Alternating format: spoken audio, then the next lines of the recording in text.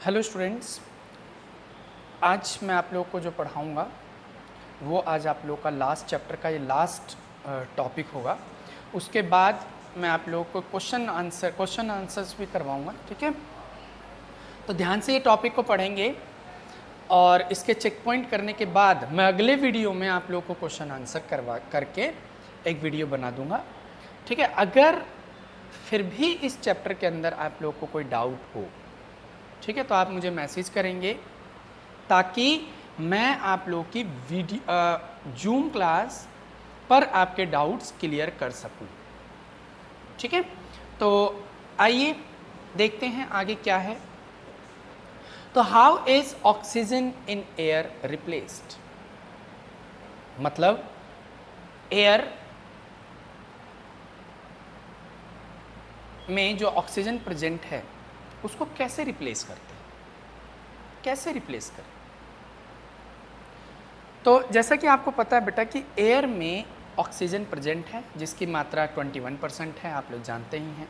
As you know 21% of oxygen is present in air. तो for respiration all the living organism, for respiration में अगर हम लोग देखें तो all living organism that is plant और animal take up oxygen present in the air. The oxygen that they take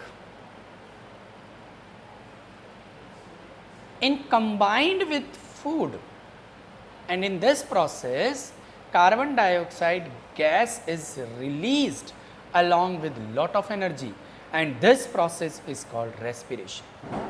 The energy produced help to do work. इस paragraph में क्या बताने की कोशिश कर रहा है कि रेस्पिरेशन होता क्या है। मतलब हम लोग देखिए एयर से ऑक्सीजन लेते हैं और लेने के बाद, जैसे अगर हम ह्यूमन बीइंग की बात करें तो एयर में ऑक्सीजन 21% है। उस 21% ऑक्सीजन को हमने लिया, गेन किया।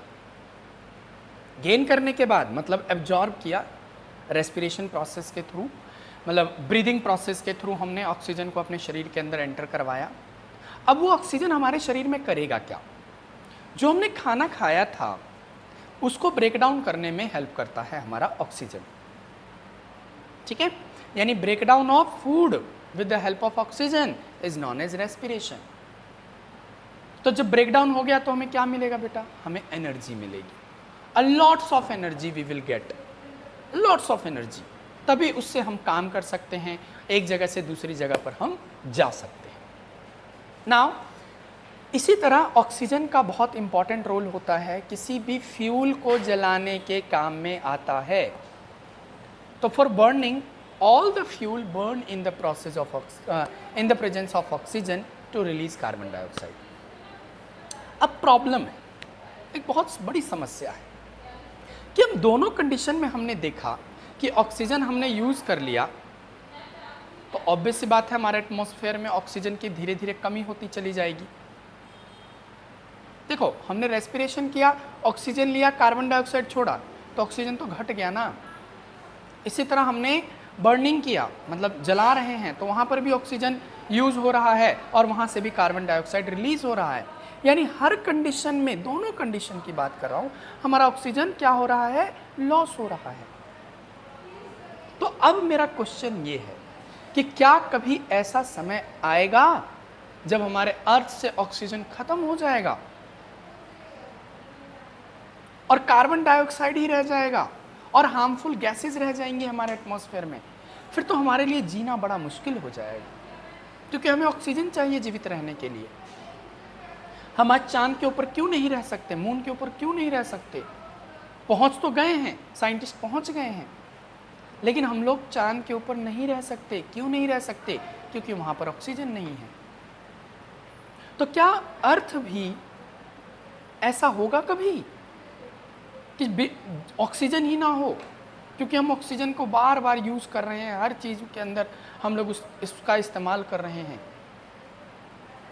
तो मैं आपको बताऊं कि ऐसा नहीं होगा, प्रोवाइडेड कंडीशन प्लांट्स हमारे अर्थ के ऊपर होने चाहिए। अगर प्लांट्स हमारे अर्थ के ऊपर प्रेजेंट हैं तो प्लांट कार्बन डाइऑक्साइड लेते हैं और ऑक्सीजन छोड़ते हैं।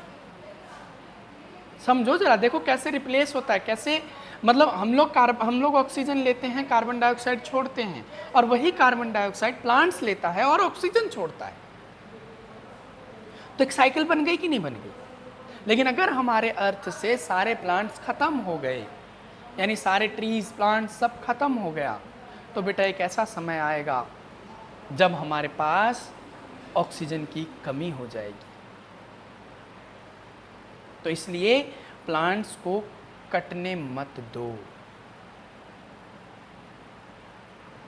तो अगले पैराग्राफ में मैं जो आपको बताने जा रहा हूं वो यही बताने जा रहा हूं। But if you keep consuming oxygen, the amount of oxygen present in the air become less and less and will finish off one day. Do you think this can happen? इसका क्या मतलब है कि आप इसी तरह ऑक्सीजन का इस्तेमाल करते रहे तो एक समय ऐसा आएगा जब सारा ऑक्सीजन आपके अर्थ से खत्म हो जाएगा। क्या आप ऐसा सोचते हैं? क्या ऐसा हो सकता है? तो इसका आंसर आपको दूसरे पैराग्राफ में दिया है कि the oxygen present in the air can not come to end because it is being replaced. इसका क्या मतलब हुआ? इसका ये मतलब हुआ कि नहीं, ऑक्सीजन खत्म नहीं हो सकता। क्यों खत्म नहीं हो सकता? क्योंकि इसको रिप्लेस कर देते हैं। किससे रिप्लेस कर देते हैं? जैसा कि मैंने अभी आपको बताया ना कि कार्बन डाइऑक्साइड प्लांट्स ले लेता है और ऑक्सीजन छोड़ देता है। तो वो यही कह रहा है, डू यू नो हाउ, कैसे होता है? तो by the process of photosynthesis. मैंने आपको ऑलरेडी पढ़ाया है कि फोटोसिंथेसिस किसे कहते हैं। तो by the process of photosynthesis.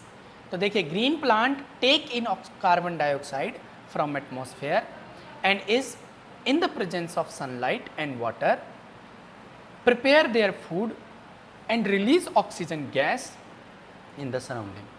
जैसा कि मैंने अभी आपको बताया कि प्लांट्स फोटोसिंथेसिस प्रोसेस के थ्रू कार्बन डाइऑक्साइड लेता है, कार्बन डाइऑक्साइड, वाटर और सनलाइट, इन तीनों के प्रेजेंस में वो फूड बनाता है और साथ में ऑक्सीजन को रिलीज करता है। ऑक्सीजन रिलीज कर देता है, यानी कि हमारे एटमॉस्फेयर में ऑक्सीजन की मात्रा बढ़ गई। लेकिन बेटा ध्यान रखना है, ये आपको प्लांट्स करते हैं ये। तो green plants produce more of oxygen than they can consume. इसका यह मतलब है कि ग्रीन प्लांट्स जो होते हैं वो बहुत ज़्यादा ऑक्सीजन प्रोड्यूस करते हैं। Thus, respiration and photosynthesis are two main process to maintain the balance of carbon dioxide and oxygen in atmosphere. यानी हमारे एटमॉस्फेयर में रेस्पिरेशन और फोटोसिंथेसिस, ये दो ऐसे प्रोसेस हैं जो ऑक्सीजन और कार्बन डाइऑक्साइड की मात्रा को हमारे एटमॉस्फेयर में बैलेंस रखते हैं। Now the amount of oxygen present in air become less and less as we move higher. जैसे जैसे हम ऊपर की तरफ जाते हैं तो ऑक्सीजन की मात्रा घटती जाती है। That is why mountaineer carry oxygen cylinder with them while climbing high mountain so that they can breathe easily। इसका क्या मतलब हुआ कि जो माउंटेन पर चढ़ते हैं ना बेटा, वो ऑक्सीजन के सिलेंडर लेकर जाते हैं। क्यों? क्योंकि जैसे जैसे हम ऊपर की तरफ जाते हैं ना बेटा, तो ऑक्सीजन की मात्रा घटती चली जाती है और अदर गैसेस की मात्रा बढ़ती चली जाती है। Now what are the importance of air? Air का हमारे लाइफ में क्या इम्पोर्टेंस है? अब हमने पूरा चैप्टर पढ़ लिया है और इस पूरे चैप्टर में आपने एयर के बारे में पूरा डिटेल में अच्छी तरह से एक एक चीज़ पढ़ा। लेकिन अब क्वेश्चन यहाँ पर ये आता है कि भाई एयर हमारे लिए क्यों इम्पोर्टेंट है? Why air is important to us? अब आपके दिमाग में आ रहा होगा, बहुत सारे कंसेप्ट्स आपके दिमाग में आ रहे होंगे कि भाई एयर हमारे लिए क्यों इम्पोर्टेंट है। एयर, और बहुत सारे आपको पता भी हैं, मैं पढ़ा भी चुका हूँ कि एयर हमारे लिए क्यों इम्पोर्टेंट है। ठीक है, तो पहला पॉइंट क्या है? Moving air is called wind. अब कई बार पूछते हैं बेटा, कई बार ना टीचर आपसे पूछ देते हैं या कोई आपके आसपास होंगे, अगर साइंस पढ़ा है उन्होंने, तो वो आपसे पूछ देंगे कि भाई विंड क्या है? तो wind is moving air. Moving, जब एयर मूव कर रही है तो वो विंड बन जाती है। अब विंड के अंदर एक एनर्जी होती है, जब कोई भी ऑब्जेक्ट मूव करता है ना बेटा तो उसके अंदर एक एनर्जी होती है, ठीक है। उस एनर्जी से, मतलब वो विंड से हम लोग विंड मिल को चलाते हैं। विंड मिल जो होता है ना उसको चलाते हैं ताकि इलेक्ट्रिसिटी हमें मिल सके। ये ज़्यादातर राजस्थान में होता है, राजस्थान या पहाड़ी एरियाज़ में ना बहुत तेज़ हवा चलती है, तो उससे क्या होता है बेटा, वो जो पंखड़ी होती है उसकी वो घूमना स्टार्ट कर देता है। साथ में कई जगह पर जो इलेक्ट्रिसिटी प्रोड्यूस करते हैं वहाँ उससे क्या होता है बेटा, ट्यूबवेल चलता है, साथ में पानी भी खींचा जा सकता है, मतलब खेत में डालने के लिए। दूसरा, air help to separate husk from grain by the method of winnowing.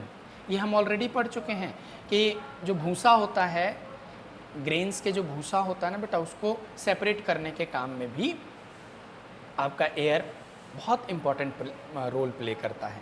कहीं अगर आप खेत में जाओ, कभी जाने को मौका मिले आपको, या खेत खलिहान में जाओ, तो जहाँ पर ग्रेन से भूसे को हटा रहे होंगे ना, तो वो तभी हटाते हैं जब हवा तेज़ चल रही हो, नहीं तो वो क्या करते हैं, पंखा लगा लेते हैं और पंखे से बेटा इजीली हस्क जो है वो सेपरेट हो सकता है। Next, air also help aeroplane, helicopter, gliders and yacht to move. ये हवाई जहाज़ और एरोप्लेन जो है, हवाई जहाज़ या फिर हेलीकॉप्टर जो है बेटा, ये हवा के कारण ही एक जगह से दूसरी जगह पर मूव कर जाते हैं। एयर बर्ड्स को फ्लाई करने में भी हेल्प करता है, ठीक है, मतलब जो पक्षी हैं वो एक जगह से दूसरी जगह पर उड़कर चले जाते हैं, वो कौन हेल्प करता है, बर्ड्स हेल्प करते हैं, एयर हेल्प करता है। Next, you pump. अब आप अपनी साइकिल में देखा होगा कि आप हवा डालते हैं या बाइक में हवा डालते हैं, क्यों डालते हैं, ताकि इजीली आपकी साइकिल या आपका जो बाइक है वो मूव कर सके। Next, air help in the dispersal of seed and pollen grains of many flowers.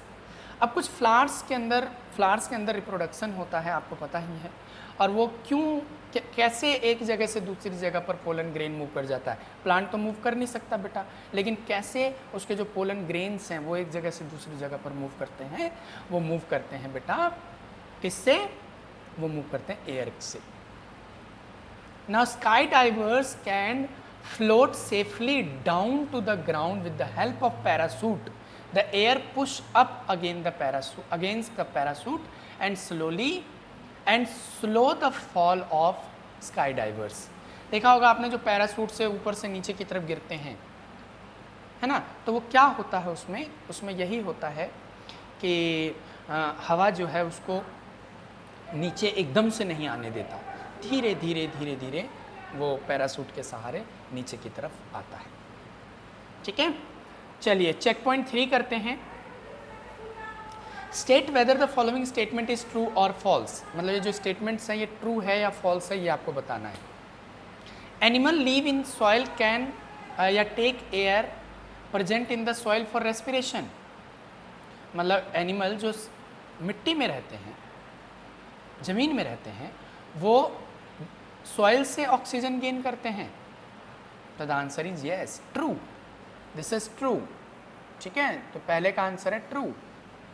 Second, all fuel burn in the presence of carbon dioxide. नहीं, ऑक्सीजन के प्रेजेंस में होता है, तो सेकेंड का false. Now windmill are use to generate electricity. Yes, true, windmill का इस्तेमाल हम लोग इलेक्ट्रिसिटी को जनरेट करने के लिए करते हैं। Air help in dispersal of seed. Yes, air help in the dispersal of seed, बिल्कुल सही बात, ठीक है। तो एक का ट्रू हो गया, दूसरे का फॉल्स, और बाकी 2 ट्रू। तो अब कुछ ये डेफिनेशंस हैं, आप लोग इसको याद करेंगे, लर्न करेंगे। एक होता है, पहला है इनविजिबल। इनविजिबल का मतलब ये होता है जो हमें दिखाई ना दे, something that can not be seen. ऐसी चीज़ें जो हमें दिखाई ना दे वो इनविजिबल है। दूसरा एटमॉस्फेयर। एटमॉस्फेयर का मतलब होता है एक थिन एयर की लेयर है जो कि अर्थ को कवर किए हुए है, उसको हम लोग एटमॉस्फेयर कहते हैं। ठीक है बेटा, चलिए मैं आप लोगों को एक बार देख लेता हूँ, लंबी वीडियो तो नहीं बन गई, नहीं 15 मिनट की बनी है। तो आइए हम लोग इसके मल्टीपल चॉइस क्वेश्चन भी कर लेते हैं। Which gas do mountaineer carry in their cylinder, मतलब माउंटेनियर्स जो होते हैं, माउंटेन्स पर जो मूव करते हैं, वो कौन सी गैस को लेकर जाते हैं? तो ऑप्शन है नाइट्रोजन, ऑक्सीजन, कार्बन डाइऑक्साइड या नन ऑफ दीज। अब आप लोग के दिमाग में तुरंत आ रहा होगा कि यस ऑक्सीजन लेकर जाते हैं, तो the answer for this question is oxygen. Next, air is used for separation, air का इस्तेमाल कहाँ कहाँ होता है? Separation of husk from grain, flying of birds, dispersal of seed या ऑल ऑफ दीज? मेरे को तो सारे लग रहे हैं भैया, अभी हमने पढ़ा था, तो all of these is the correct answer. Now the oxygen present in air is used for, मतलब एयर में जो ऑक्सीजन प्रेजेंट होते हैं उसका कहाँ कहाँ इस्तेमाल किया जाता है? नंबर पहला, रेस्पिरेशन में बिल्कुल किया जाता है। एक्सटिंग्विशिंग फायर, नो, आग को बुझाने के काम में ऑक्सीजन नहीं आता, ऑक्सीजन आग को जलाने के काम में आता है, यानी B option is wrong. Burning, जलाने में काम में आता है, यस, सी भी करेक्ट है, यानी कि फर्स्ट और सेकंड करेक्ट है, तो D will be the correct option. Next, the percentage of which gas found in air is incorrect. आप ये बताइए इनमें कौन सा ऐसा परसेंटेज है जो गलत है? ऑक्सीजन 21%, बिल्कुल ठीक। नाइट्रोजन 87%, नहीं, ये गलत है। नाइट्रोजन 78% हमारे एटमॉस्फेयर में प्रेजेंट होता है। Next, which two main process maintain the balance of carbon dioxide and oxygen in atmosphere? अभी अभी जस्ट मैंने पढ़ाया है कि ऑक्सीजन और कार्बन डाइऑक्साइड को कौन मेंटेन करके रखता है? पहला ऑप्शन है photosynthesis and burning, no. Burning and respiration, no. Respiration and photosynthesis, yes, C is the correct answer. मतलब रेस्पिरेशन और फोटोसिंथेसिस के कारण हमारा जो एटमॉस्फेयर में ऑक्सीजन और कार्बन डाइऑक्साइड की मात्रा बैलेंस्ड रहती है। Next, which gas present in the air is used by the plant for making food through photosynthesis? Very simple, carbon dioxide, आपके तो तुरंत दिमाग में आ गया होगा। Next, which gas is released by green plant during the process of their making food? Oxygen, oxygen, oxygen release करता है plant जो है, ग्रीन प्लांट ऑक्सीजन रिलीज करता है। नेक्स्ट, विच गैस या gases present in the air does not support burning? ऐसी कौन सी gas है जो बर्निंग में हेल्प नहीं करता है? ऑक्सीजन, नहीं, ऑक्सीजन तो करता है। नाइट्रोजन, थोड़ा गड़बड़ लग रहा है। कार्बन डाइऑक्साइड, नहीं, तो नाइट्रोजन और carbon dioxide, yes, correct answer is D, sorry, correct answer is D. Last question है आप लोगों का कि which of these gas is present in least quantity in air? Air में सबसे कम क्वांटिटी, सबसे कम मात्रा कौन से गैस की होती है? तो the answer for this question is carbon dioxide. Carbon dioxide की मात्रा हमारे मतलब एटमॉस्फेयर में सबसे कम होता है। ठीक है बेटा, आगे समझ में यहाँ तक? ओके, नेक्स्ट चलते हैं। फिल इन द ब्लैंक्स भी मैं करवा देता हूँ आप लोग को कि dash gas present in air use to make fertiliser? The answer is nitrogen gas. तो पहले का होगा nitrogen gas. The thick layer of air present या surrounding the earth is called atmosphere. दूसरे का आंसर होगा atmosphere. Next, in coastal areas has greater percentage of dash has greater percentage of air. इसका देखो यहाँ पर मैंने आपको समझाया था शायद, कोस्टल एरियाज में वाटर वेपर, ये देखो, देख रहे हो लिखा हुआ ना, लेट मी शो यू, ये वाला स्टेटमेंट देखो, इन coastal areas the air has greater percentage of water vapour, तो इसमें आंसर आएगा वाटर वेपर। क्या आएगा थर्ड में? Water vapour. चौथे का answer, the dash gas present in the air is use by the plant for making food through photosynthesis, तो plant क्या लेता है? प्लांट कार्बन डाइऑक्साइड लेता है, तो चौथे का आंसर है कार्बन डाइऑक्साइड। पांचवें पे आते हैं, the dash particle can be seen floating in the beam of light in dark room, तो डस्ट पार्टिकल्स होंगे, the dust particle can be seen floating, इसमें आंसर लिख लेना डस्ट, DUST, डस्ट। नेक्स्ट छठा है, the oxygen present in the air is use for, oxygen जो air में present होता है उसका इस्तेमाल कहाँ कहाँ किया जाता है? तो एक रेस्पिरेशन और दूसरा बर्निंग, ये आप लिख लीजिएगा। पहले का होगा रेस्पिरेशन, मतलब छठे के पहले में आएगा रेस्पिरेशन और दूसरे में आएगा बर्निंग। ठीक है, चलो ट्रू एंड फॉल्स करते हैं। Carbon dioxide gas is necessary for burning, नहीं, oxygen is necessary for burning, तो पहले का answer false. Next second question, since all living beings take in oxygen for respiration the amount of oxygen gas in air will finish off soon, इसका क्या मतलब हुआ कि भाई अगर हम लोग लिविंग ऑर्गेनिज्म हैं और अगर ऑक्सीजन हम ले रहे हैं तो क्या एक दिन ऐसा आएगा कि ऑक्सीजन ख़त्म हो जाएगा? तो इसका आंसर है फॉल्स, नहीं, ऐसा नहीं हो सकता, क्योंकि फोटोसिंथेसिस भी तो मतलब प्रोसेस हो रहा है ना साथ के साथ। Next, soil contain air, yes, soil contains air, इसका सी थर्ड का आंसर है true. Earthworm is called enemy of farmer, नहीं, earthworm is a friend of farmers, तो ये भी फॉल्स है। सी थर्ड का ट्रू, फोर्थ का false. We should breathe air from mouth, our mouth, no, हमें माउथ से ब्रीथ नहीं करना चाहिए, हमें नोज से ब्रीथ करना चाहिए, तो इसका भी आंसर ये फॉल्स है। ठीक है, बात समझ में आ गई? चलिए यहाँ तक आप लोग मुझे आज होमवर्क अपना करके दिखाएंगे। Thank you. बाकी कल की क्लास में हम लोग वन वर्ड करेंगे और साथ में ये जो लॉन्ग क्वेश्चन आंसर हैं वो भी मैं आप लोग को करवाऊँगा। Take care and have a nice day to all students. Bye bye.